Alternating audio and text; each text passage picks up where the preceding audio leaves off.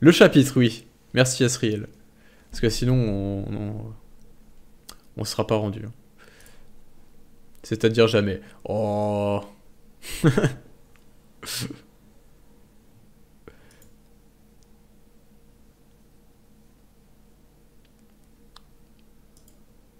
Merde, non, non, ça va trop vite, ça va trop vite. Ah. Hop.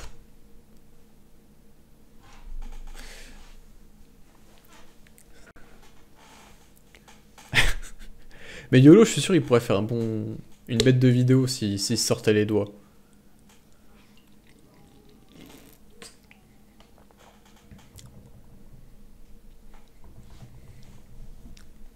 Bref, donc, le chapitre. Je veux voir les pingouins. Ok. Euh... Ah oui, d'accord, elle se fait belle pour Denji.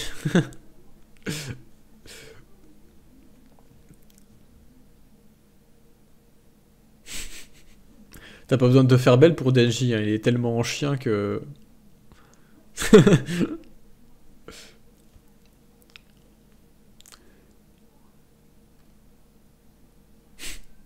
Yoru qui donne des conseils de fringues.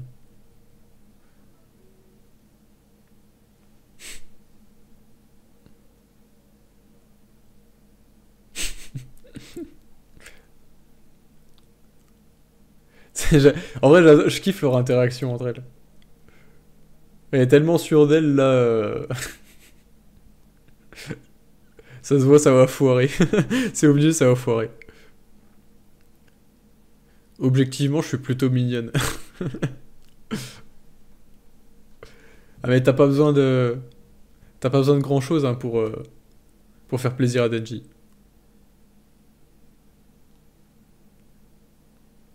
Ah mais les gueules de déterrés qu'ils ont.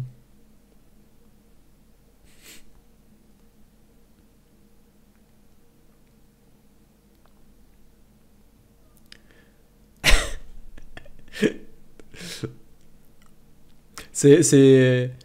C'est Togashi qui a écrit le chapitre. Elle lui fait un cours sur les anémones de mer.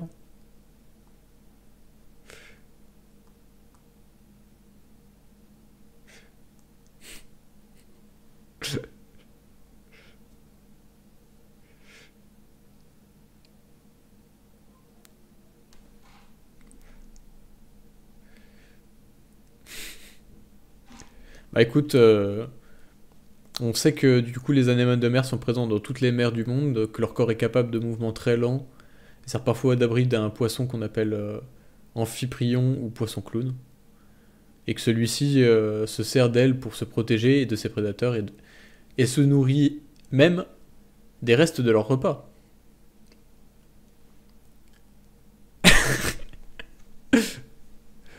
Ah, il va aller voir les pingouins.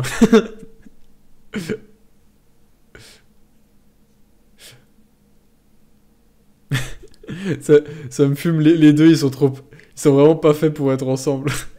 Mais d'un autre côté, en fait, ils sont... Ils sont pas faits pour être ensemble, mais du coup si. Genre c'est vraiment... je pense que je vais kiffer leur relation. Ça se voit, elle est trop à fond à ça.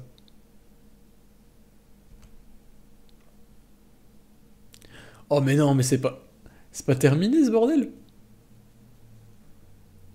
Ouais, elle est aussi douée socialement que lui. Vraiment, c'est deux gros losers.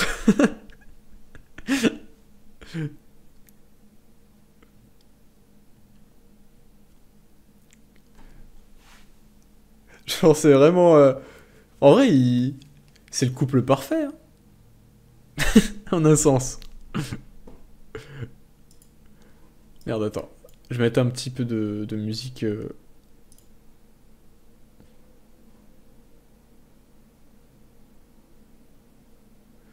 Hop.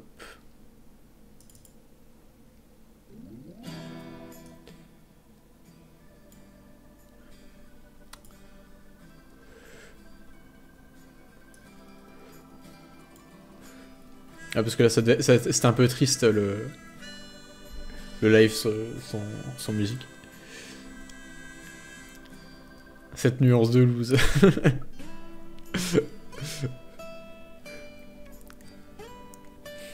Non plus que Jotaro Kujo en guest. Vraiment.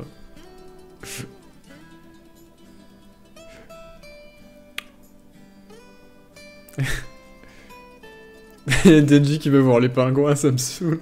Ça me fume.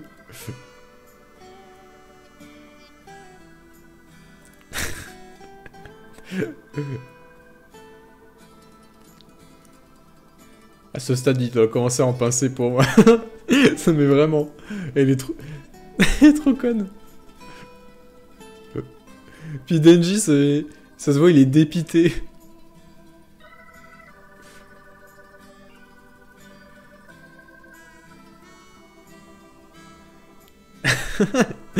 Tu veux pas te taire? Ah, attends.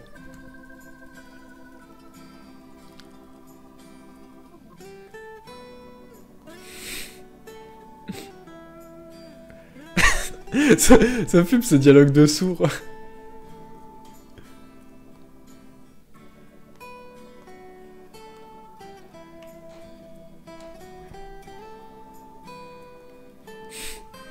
Ah, ça n'a rien fait de mal.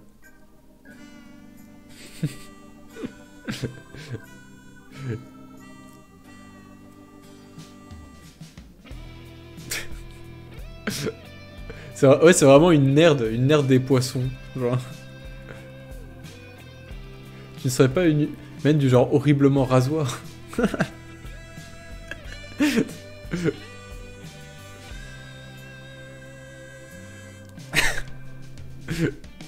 se voit, elle est trop frustrée là.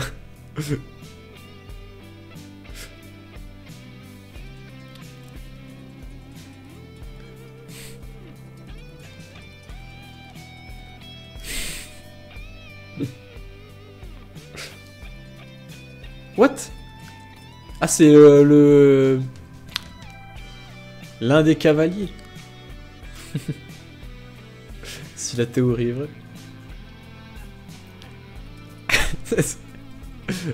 Mais c'est vrai que ça se trouve, elle est vraiment autiste, hein. On sait pas.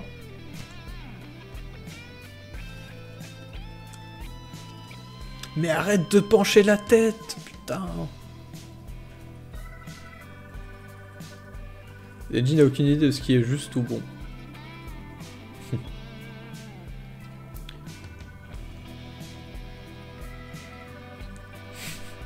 Je sais pas ce qu'elle va faire, elle, quoi. C'est sûr que...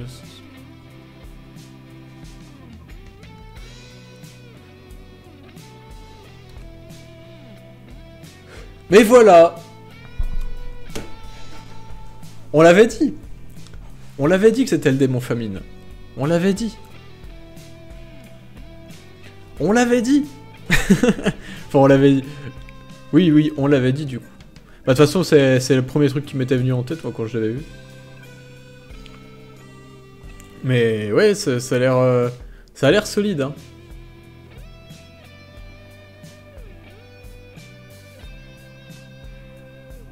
Kiga. Il y a un japonais qui peut me dire ce que ça veut dire, Kiga, en japonais. Enfin, si ça a une signification particulière.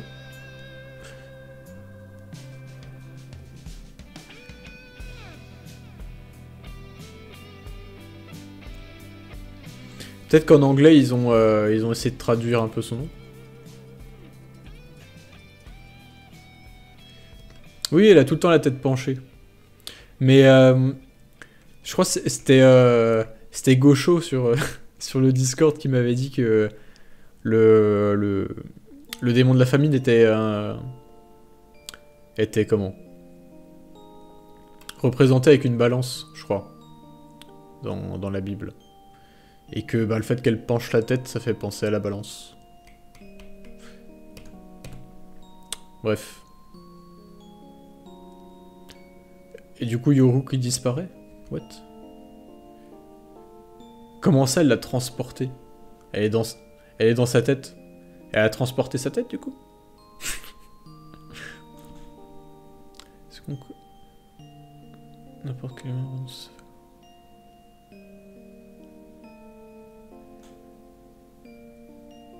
What?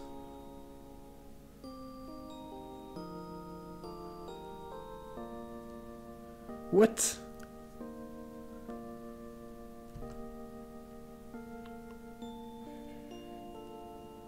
Mais... Quoi? Comment elle a fait? Puis c'est quoi son pouvoir? Genre, comment ça, elle a bloqué le... Hein?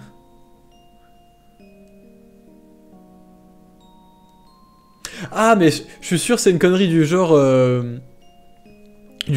au moment où elle dit Kiga, au moment où tu dis Kiga, son pouvoir s'active ou une connerie comme ça.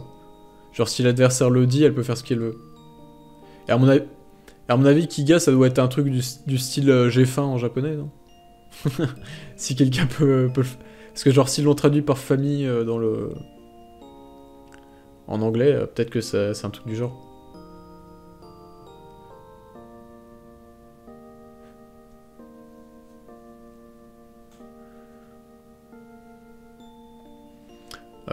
Non, je pense pas qu'elle le sait, hein.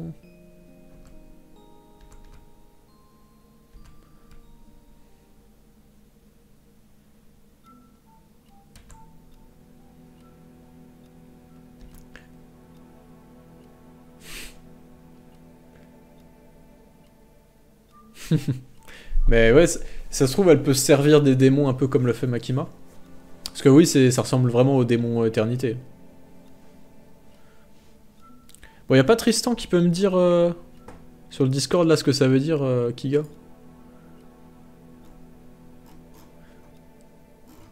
Je sais pas s'il est réveillé là. Parce Tristan il est au Japon là. Pareil, lui s'il faisait des vidéos sur la chaîne, ça serait incroyable. Il est au Japon donc je pense qu'avec le décalage horaire il doit encore dormir là.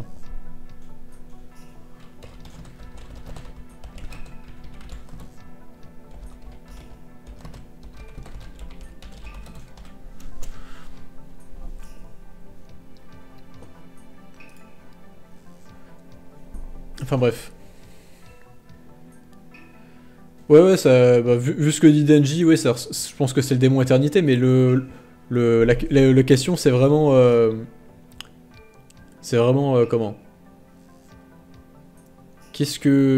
Comment elle le manipule, quoi? Comment elle le maîtrise? Parce que Makima, elle pouvait se servir du pouvoir de tous les démons, vu que dès qu'elle le dominait, vu que dès qu'elle dominait un démon, bah il était dans sa possession. Yoru, je pense qu'on peut plus ou moins se dire la même chose, dans le sens où bah, tout ce qu'elle a en sa possession, elle peut en faire une arme. Donc c'est un peu le même principe. Donc comment ça marche pour le démon famine? C'est la question.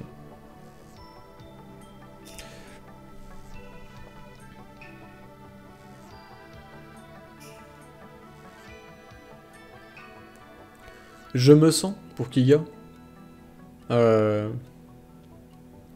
Ouais, c'est vrai que ça nous aide pas trop. Surtout qu'en plus en... Kiga ça veut dire fin. Bah voilà. Bon bah c'est bon, on a la réponse. Donc en fait je pense c'est... Dès que tu dis... À mon avis... Je pense c'est pour ça qu'elle a dit ça, genre à mon avis dès que... C'est pour ça qu'en plus... Yoru elle a paniqué. Merde, pourquoi ça? Voilà. Yoru elle a paniqué genre dès qu'Asa a dit Kiga. Parce qu'à mon avis... je pense que dès que tu dis Kiga, genre... j'imagine qu'en japonais ça doit vouloir dire un truc du genre j'ai faim, un truc comme ça. Ben le démon fin il te prend son pouvoir quoi. Et du coup c'est pour ça que d'un coup Yoru elle panique.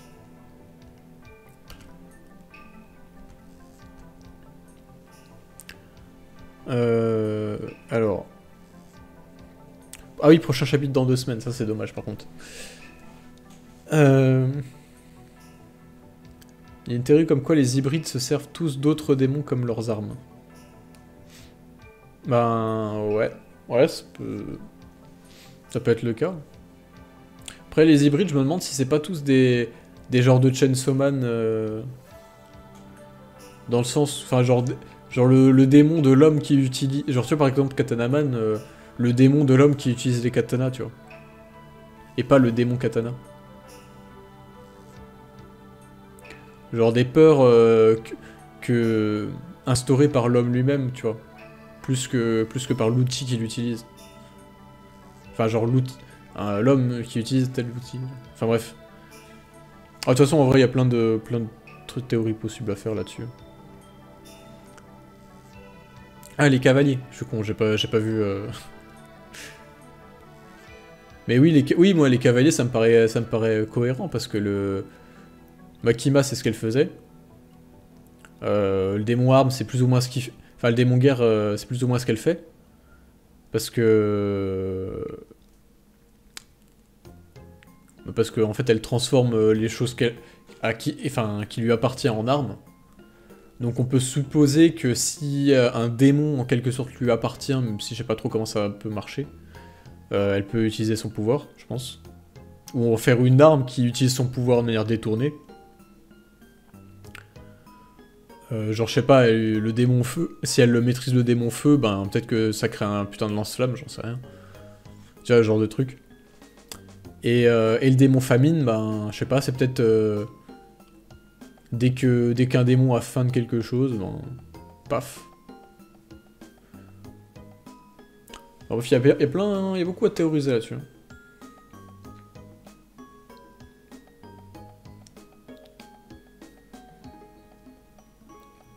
Elle dit petite sœur. Elle dit petite sœur, mais elle le dit au démon guerre. Mais elle le redit dans ce chapitre-là, qu'elle est la grande sœur du démon guerre, tu vois. Parce que dans le... comment dans l'Apocalypse, les 4 cavaliers de l'Apocalypse, ils arrivent dans l'ordre où t'as genre le cavalier de la conquête, donc qui est Makima, tu vois, parce que conquête, domination, c'est pareil. Après, t'as le cavalier de la guerre, ensuite celui de la famine, et ensuite celui de la mort, en dernier. Donc si on garde cette logique-là, la famine est la grande sœur de la guerre, et la petite sœur de la mort, tu vois.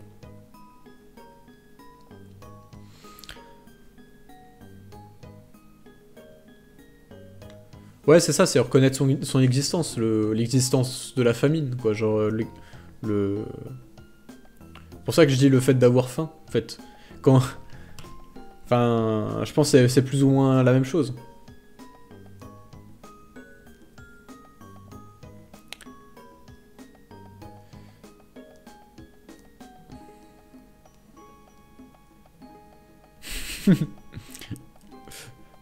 Ah, ça me fume parce que Denji il est blasé. Mais ça se voit que genre... il a juste la flemme de refaire comme la dernière fois où il s'était battu pendant 3 jours non-stop. Genre c'est vraiment... Tu vois, tu sens qu'il est... Il est pas du tout inquiet en fait. Il est trop serein. Il a juste pas envie de se taper l'autre pendant 3 heures, enfin 3 jours comme avant. C'est vraiment, je pense, c'est vraiment de la flemme pure. Hein.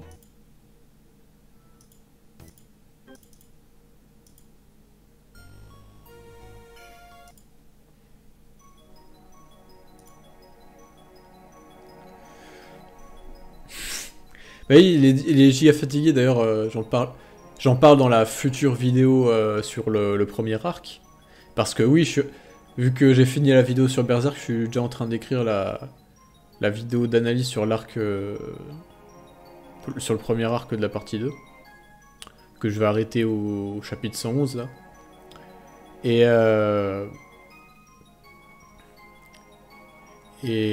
ouais... je vais en parler un peu du fait qu'il est décerne et tout.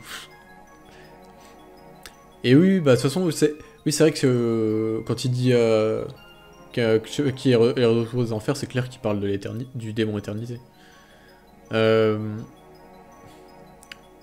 Et oui, Denji qui commence à réfléchir par lui-même, prendre un peu les devants, oui, c'est... Mais d'ailleurs, je vais en parler... Je vais parler un peu de Denji, bon, c'est dommage parce que je vais pas voir ça, du coup, vu que je parle que de l'arc, je vais pas parler de ce chapitre-là, mais... dans la vidéo d'analyse que je vais sortir, je vais parler un peu de Denji, parce qu'il y a pas mal de gens qui ont pas capté vraiment le personnage, ni même les enjeux autour du personnage pour la partie 2. Et d'ailleurs... je recommande le thread d'Asriel sur le sujet parce que il explique bien en quoi le fait que Denji se serve du Chainsaw Man plutôt que... Enfin, en gros, cherche à ce qu'on le découvre en tant que Chainsaw Man. Et en parallèle, en agissant comme le Chainsaw Man, plutôt que de travailler sur sa propre personnalité pour avoir des meufs. Et son thread explique ça bien. Et aussi le rapport entre Denji et Asa Mitaka. Donc ouais, je m'en suis un peu servi pour écrire la vidéo. Enfin genre, c'était plus ou moins ce que j'avais compris, mais c'est bien parce que ça m'a donné des pistes intéressantes. Bah, c'est vrai que pour le coup, ils ont des poissons à manger.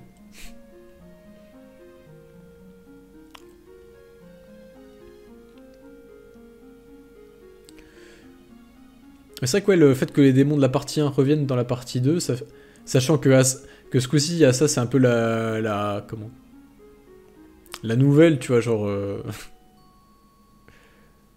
elle est niveau 1, là, encore. C'est assez marrant. Ou alors, c'est le fait que... Comment que le démon... Enfin, que t'as un autre cavalier qui veuille atteindre Denji d'une telle façon, et que... et que, parallèlement, t'as les mêmes démons qui refont surface. Enfin bref, c'est marrant.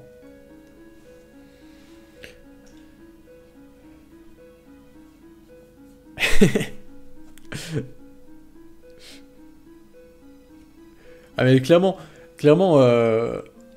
Asamitaka c'est vraiment une grosse nerd qui... Comment en vrai, c'est tellement sa personnalité, genre dès le début de la partie 2, on nous la montre comme ça, hein, tu sais, en mode de super aigri,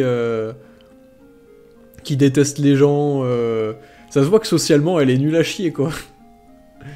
Genre, tu sais, c'est vraiment, elle est aigrie pour rien, tu vois. Genre, elle est là, elle déteste tout le monde, elle est un peu misanthrope. Et alors qu'en fait, c'est juste parce que ben, y a pas grand monde qui l'aime bien. Et en plus, ben, après, t'as un peu de la phobie scolaire, à moins elle se fait harceler, enfin, tu vois. En vrai, c'est un personnage, du coup, pour lequel t'as beaucoup d'empathie, je trouve. Puis je pense que... tu me dis, ça fait... Je suis qui dit ça me fait penser à quelqu'un, mais en vrai, je pense que ça soit au Japon ou même ici, il y a plein de gens qui vont être trop...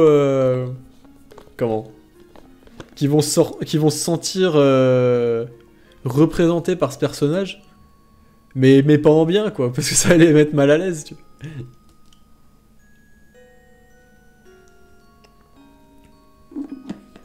Enfin bref. Fujimoto, il fait un tuto pour expliquer aux nerds pourquoi ils sont chiants.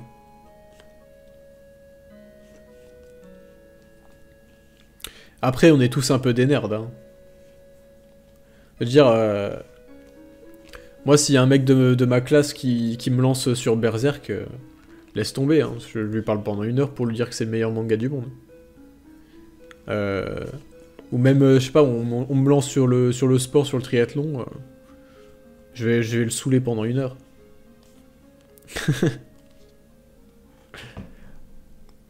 Enfin, surtout avant, maintenant, justement, genre, je suis conscient de ça et du coup j'évite, mais... Mais voilà. Donc ouais, ne soyez pas des nerds. Enfin, soyez-le quand même, parce que c'est beau la passion. Mais... canalisez-vous.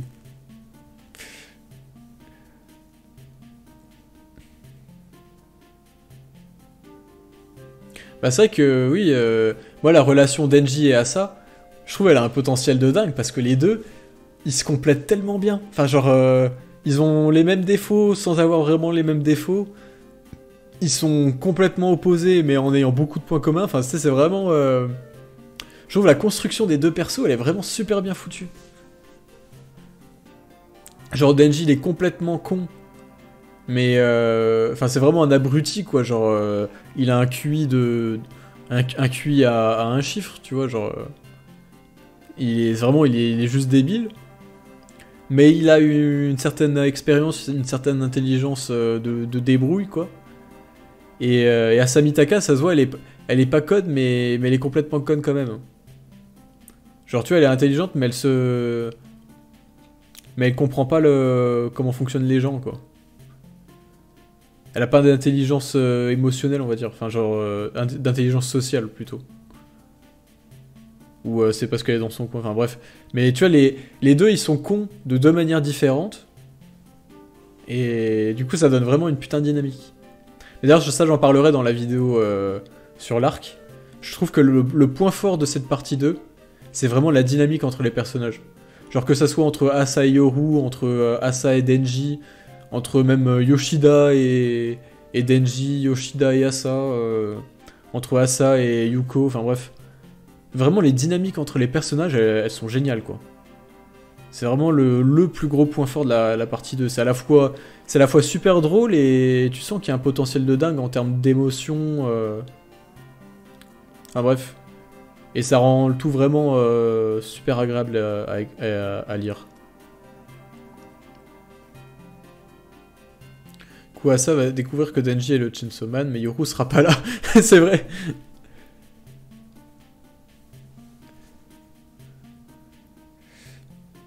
En vrai, par contre, Yoru, elle peut lire dans les pensées de Asa. Donc je pense pas que Asa puisse lui cacher très longtemps que Denji est le Chainsaw Man.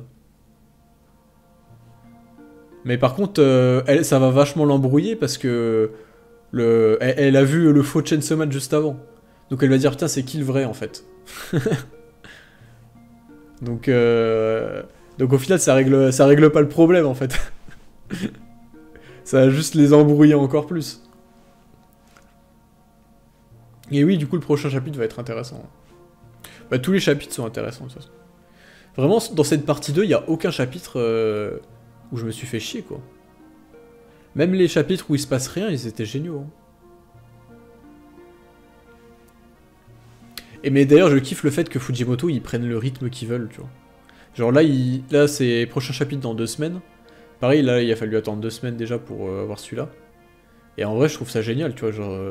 ça se voit, le mec, il fait ce qu'il veut, maintenant. Ça se trouve, il peut s'arrêter un mois, nous sortir un chapitre de 60 pages au lieu de 20 pages, faire enchaîner des chapitres toutes les semaines parce qu'il est en forme, faire des pauses d'une semaine, machin, enfin... Ça se voit, il est complètement libre de faire ce qu'il veut, et c'est vraiment génial, quoi, parce que... Le plus gros problème des mangaka, c'est qu'à force de tenir des rythmes intenables comme le rythme hebdomadaire, et bah, ils s'épuisent et ils finissent leur carrière à 40 ans. Soit ils la finissent à 40 ans parce qu'ils ont gagné assez de thunes, soit ils la finissent pas et ils crèvent avant la retraite. Donc voilà, c'est vraiment cool. C'est vraiment cool parce que du coup, tu te dis que Fujimoto, il aura sûrement une bonne longévité, quoi.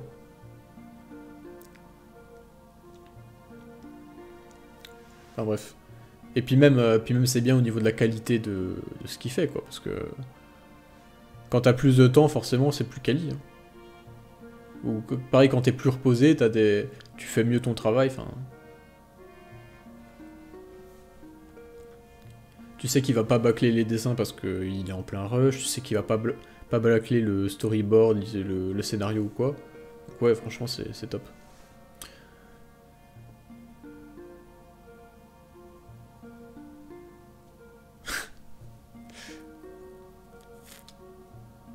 Mais Famine, si elle sait pas si elle sait pas que Denji est le Chainsaw Man, là elle le saura. On dit le faux Chainsaw Man, c'est son larbin. Ouais, c'est vrai que il y a moyen que ça soit son larbin. Mais d'un autre côté, il y a moyen que le faux Chainsaw Man soit aussi le larbin du démon Justice. On l'avait un peu théorisé ça aussi, je crois. Comme quoi... Enfin, tu vois, en vrai, on sent qu'il y a quand même toute l'intrigue avec le démon Justice en arrière-plan. Et je sais pas, j'imagine pas trop le démon Famine s'allier avec le démon Justice, donc... Ça se trouve, le démon Famine, il traînait avec lui, parce que juste elle s'en branle, tu vois. Elle fait ce qu'elle veut. Ou à moins qu'elle manipule le démon Justice, j'en sais rien. Bon, en tout cas, on sent que le démon Justice, il est... Il est derrière, quoi. Enfin, il y a toujours son intrigue.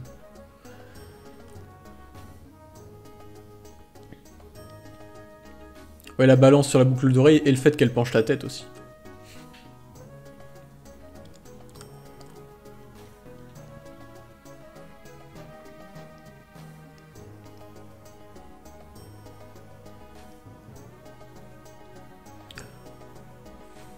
Bah c'est possible, mais du coup, en quel but, tu vois?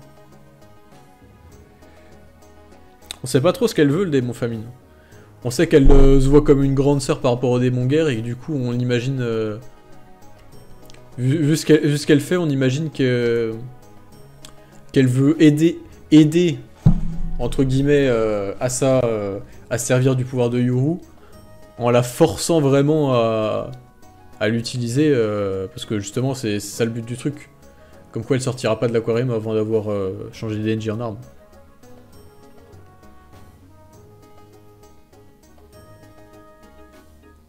En gros, elle veut la faire crever de faim pour qu'elle soit obligée, pour s'en sortir, de faire de Denji une arme, même si elle le veut pas.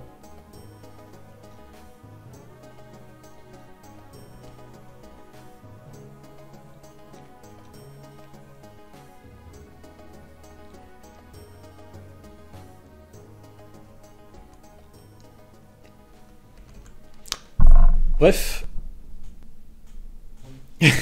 Par contre, ouais, le démon éternité, quand il va voir Denji, c'est vrai il va péter un plomb. Il va péter un plomb. Je suis sûr, il va direct se rendre, tu vois.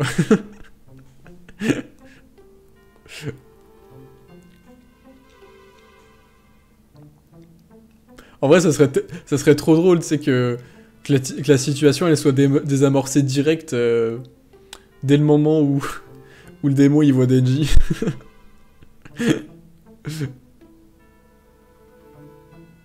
Ah, ça serait tellement drôle.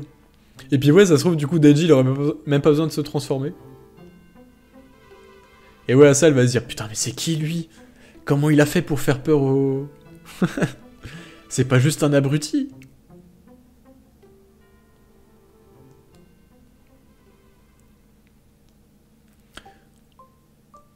En vrai, pour les poissons, je sens qu'il va y avoir une connerie du style...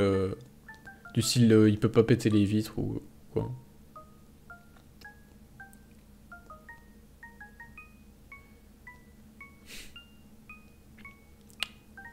Salut, ouais, c'est la première fois que t'as... Oui, bah de toute façon, on voit que c'est notre premier message. Donc oui, ça va, je fais un super chapitre, un bon épisode. Je vais pas dire super épisode parce que j'étais plus nuancé. Mais bon épisode. Et voilà. De toute façon, là, j'ai bientôt fini, en vrai. J'ai un peu dit tout ce qu'il y avait à dire. Alors, on a pas mal discuté, il commence à être un peu tard. Il y a les cours demain. Et oui, le poisson cru, c'est pas très bon. Mais après, tu parles à Denji. Hein. Denji, lui, il peut même bouffer les étoiles de mer, il peut même bouffer le sable. Il est pas à ça près. Allez, bonne nuit, Asriel. Donc ouais, je pense... Denji, lui, il s'en fout de manger du poisson cru, à mon avis. Hein.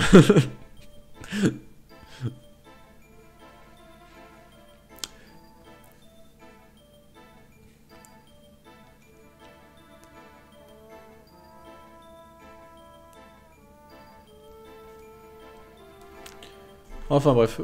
Donc ouais, encore un super chapitre. Ils le sont tous en vrai. Vraiment, Fujimoto, là, dans la partie 2, il a step up de fou.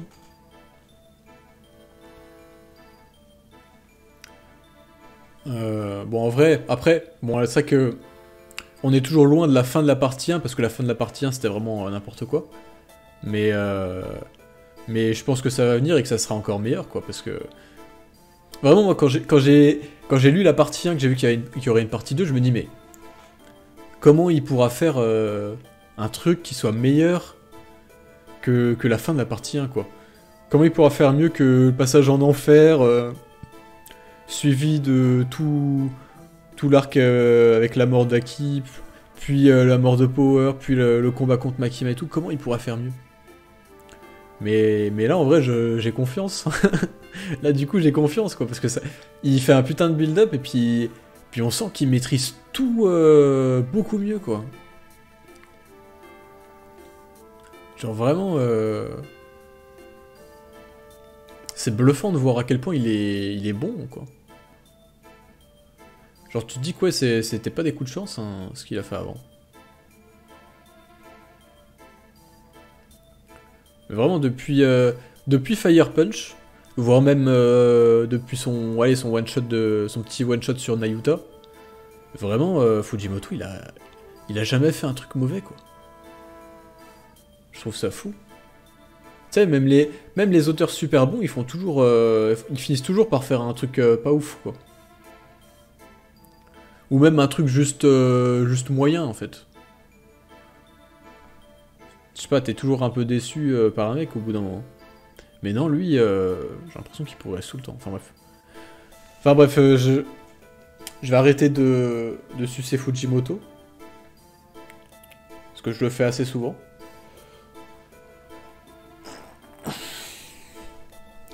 Donc bon, on va arrêter là pour la review.